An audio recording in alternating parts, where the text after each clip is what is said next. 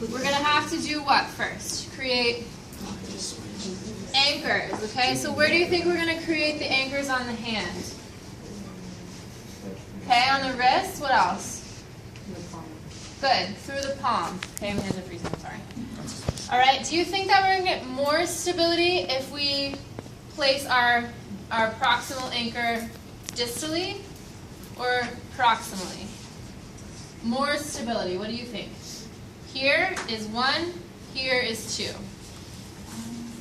Who says 1? More stability here, closer to the wrist. Who says this one, farther away from the wrist? Good, it's all about leverage, right? So we don't want to be ridiculous and put our anchor strip all the way up here, but we don't want to also, and this is where, this is another concept to apply to your ankle tapes. I would come around and see you guys didn't put it up proximal enough, okay? So make sure that it's right at the base of that calf muscle, okay? Right where that soleus, that Achilles tendon starts. All right, so you have enough leverage to actually support the ankle. All right, so, you're not too hairy. All right, so when we're creating our anchor strip, all right, we are placing tension around somewhere that is going to expand when they contract their wrist, right? So now contract your wrist. Ouch, right?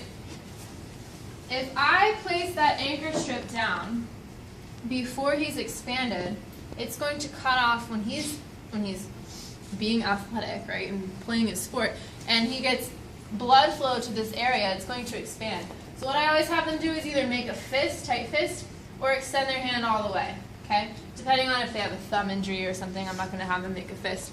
We're just going to have them extend their hand. So go ahead and extend your hand. There you go. And I'm going to place a nice little anchor strip right about here, okay? And then where am I going to place the second anchor strip? Refresh my memory. Through the palm. Very good. Again, extend your hand all the way. This one I wouldn't have them make a fist, right? All right. So when I'm putting anything through this web space here, okay, I want to pinch. See what I'm doing here? I want to pinch that. Again, that same concept where the tape is sticky and it's going to irritate where we have motion. So I don't want anything sticky being in this very tender, sensitive area, okay? So, again, what I do is instead of pulling through, because that's going to create tension where I really don't need tension, okay, I'm going to lay down the tape, and then I'm going to, thank you, I'm just going to lay it down. This is just an anchor. I don't need it really any support here, do I? No. Now, which motion do you guys want to prevent? What injury do you want to have? Did you foosh? Sure. He fooshed, all right? Shame on you. All right, he fooshed. So what does he have now? He fooshed this way. Hyperextension, okay? So what are some structures that might be injured? Oh boy, we don't remember. What are some structures? Tell me some tendons that might be strained. Palmaris longus if he has one, right? What else? What's the primary wrist flexor? Good. Flexor digitorum superficialis and profundus. Okay? Those are the tendons. I want everyone to look at your wrist. Alright, go like this. Go like this. Da-na-na-na-na-na. I'm just kidding. Alright, and see if you can see your flexor digitorum tendon. Alright, that's what's probably... Huh. Oh, no, you do. Okay. I thought I didn't know palmaris longus. He was tricking me. All right. So that's the tendon that's going to be sprained. What else? What else is there that's probably going to be sprained, not strained? What's here? These are called your what bones? Carpal bones. And how many ligaments do we have in between all these jillions of carpal bones? Or 8. There's 8 of them. Jillions. How many? Jillions, yes. We have jillions and jillions of ligaments between each of these. So very likely that he has sprained, okay, any of these intercarpal ligaments, okay? All right, so what we're going to do is where are we going to apply that tape, remember that dog bone pattern, to prevent that hyperextension motion? On the posterior or on the anterior? Anterior, very good. So what I do is, if I'm preventing hyperextension, okay, if a force is going to happen, if he fooshes again, because he's so clumsy, if he fooshes again and a force happens, I want to already have him in the tiny, tiny bit of flexion, okay, so that there's even more leverage to protect that joint. So I'm going to measure it in just the tiniest bit of, we don't want to be all the way here because then he's going to be walking around like this, right? So that's not very functional. All right, so just the tiniest, maybe 10 degrees of flexion to measure, all right? And what we do is we measure from the middle, okay, to the middle of both anchor strips. And then I just make 3 of those, all right? So I measure again, all right? Rip the tape, create a dog bone pattern, just like I wrote right on the board. Okay, this one probably looks more.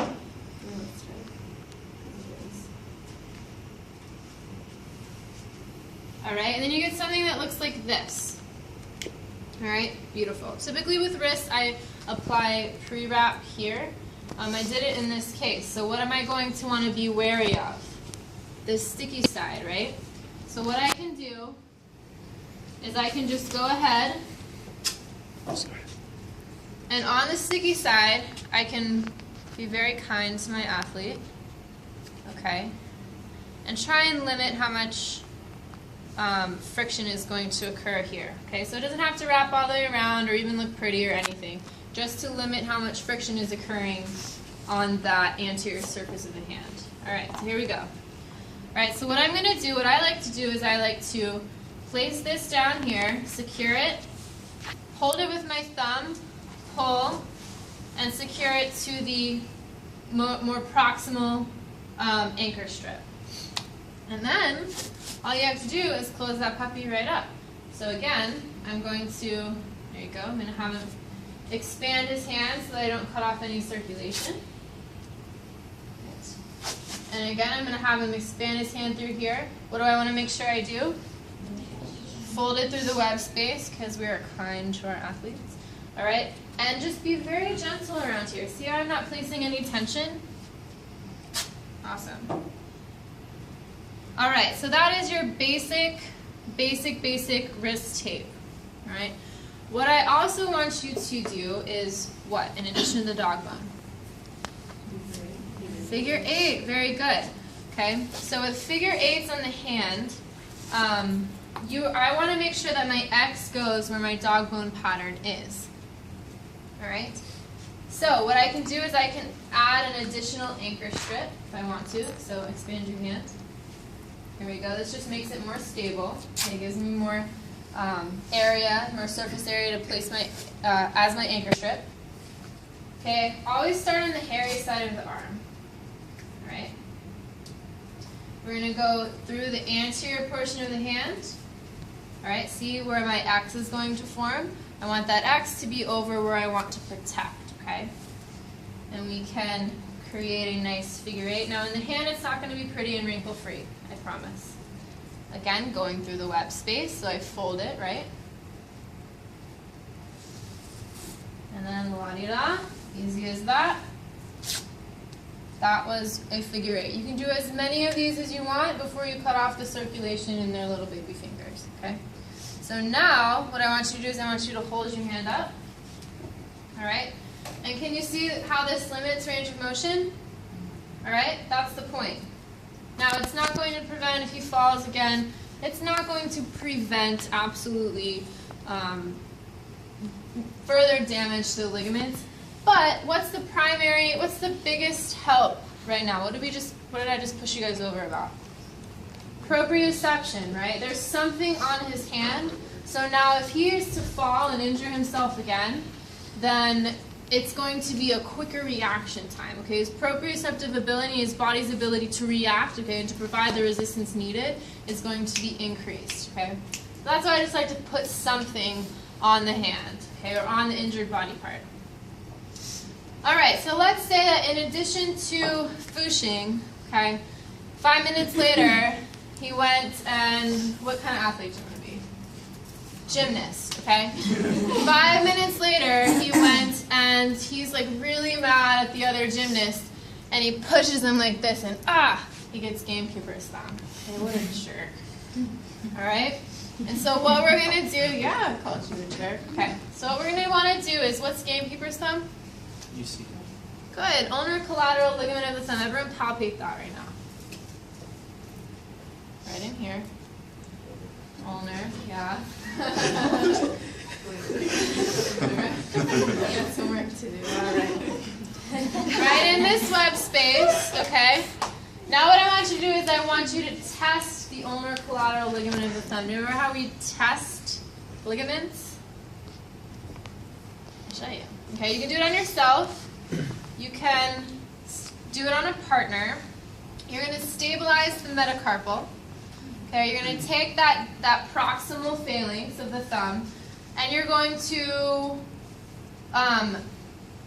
what kind of motion is this? This is a valgus, oh boy, I'm not even going to try to, you're going to stress the ulnar collateral ligaments, okay? It's valgus or varus depending on what ligament you're testing, so. You're going to stress the ulnar collateral ligament by taking this and waggling it, okay, back towards your radius, okay? Taking your thumb and extending it back towards the radius. Can everyone do that on themselves? Do you feel that resistance? You should feel a firm end feel. Yeah, do you feel that? Good, that's your UCL. And if that is strained due to a Fuchs mechanism, due to punching your buddy, punching your teammate, whatever, you can strain that. That's called gamekeeper's thumb. Okay, so he has that now. Darn it, he's all big, fat, and swollen, and we don't care. This is champs, right? We're going to put him back in the game. All right. So, and it's not broken, and you know what, whatever. Okay, so what we're going to do, again, we're going to start on the hairy side of the arm, okay, always. Hairy side of the arm, what we want to do is we want to protect this joint, okay. We're kind of going to create a stable environment here, because we can't really anchor this, I mean we could actually, anchor this to this. I'll show you how to do that later. But I'm going to create this nice stable resistance right here to prevent this motion. Okay, so it's kind of working differently, a different kind of philosophy. So I'm going to start on the hairy side of the arm. All right, I'm going to cover this joint here. Okay, what's this joint called? The metacarpal phalangeal joint. Okay, so my X is going to go right over that metacarpal phalangeal joint to stabilize it. Now what I'm going to do, and I can also use half tape if I want to, I can split it in half. I'm going to fold it because I'm going to go around this thumb. Oh boy, what's she doing? Okay. I'm going to go around the thumb. Now where do you think my tape is going to go now if I want to prevent extension and abduction? I'm going to pull it into the opposite way, right? I'm going to pull it into what motion? Flexion, opposition, thank you. Right? So where is my tape going to go now? Around to what side of the hand? The palmar side of the hand. Very good. Right? So I'm going to pull this and be very, very gentle around the thumb, okay? It's very easy to cut off circulation. It's okay if the thumb is red, if the thumb is purple, you got to do it again. All right? So I'm being very careful. I'm not pulling on the thumb, I'm pulling from my fingers. See, I'm stabilizing the tape as to not cut off circulation. And then again, I pull on this anterior side of the hand, right? And then I just come right around, and I can do that again, all right? So thumbs are ugly, thumb tapes are ugly. Don't think that you have to make it pretty. You don't have to, all right? So pinch the tape. Come around very gently. Okay, I'm not pulling at all, am I? And then I'm going to release the tape. Okay, lay it down, and then we'll just finish it right up. Okay, so then there's two other things that we can do to increase the stability. Okay, what's the concept that we applied here? How can we take this concept, right, the anchor strips, if we're trying to stabilize this ligament, how can we take that concept and apply it to this joint? Be creative. What do you think? Look at your hand.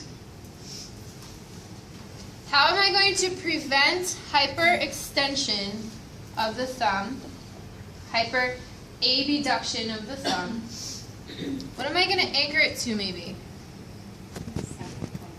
Very good. Okay, you get this weird, I'll show you, this is really fun.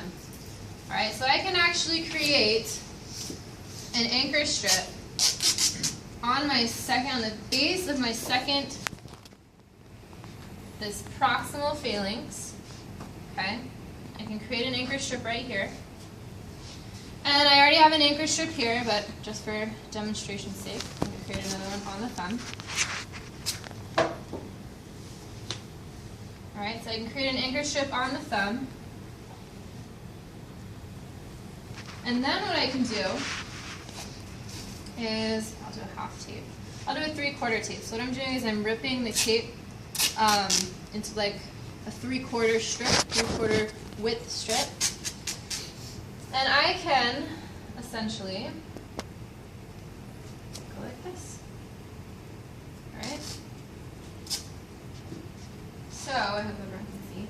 What I'm doing is I have now this long strip, and I'm going to put it around the pointer finger and around the thumb.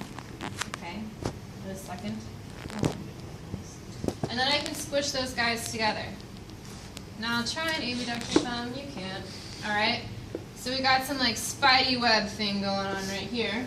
Alright, that's another way. This is your quick and dirty way of, oh no, we need to get him back on the court. Alright, wrap it around, your thumb's going nowhere. Okay, so that's one extra way. So we're going to have like a super duper stable thumb here. I'm going to take that off so that it doesn't confuse you guys. And I'm going to show you what's called a thumb, oh, I already did thumb spec. I'm going to show you the way that I like to secure and wrap up a thumb. And your thumb is legitimately not going to go anywhere. Okay,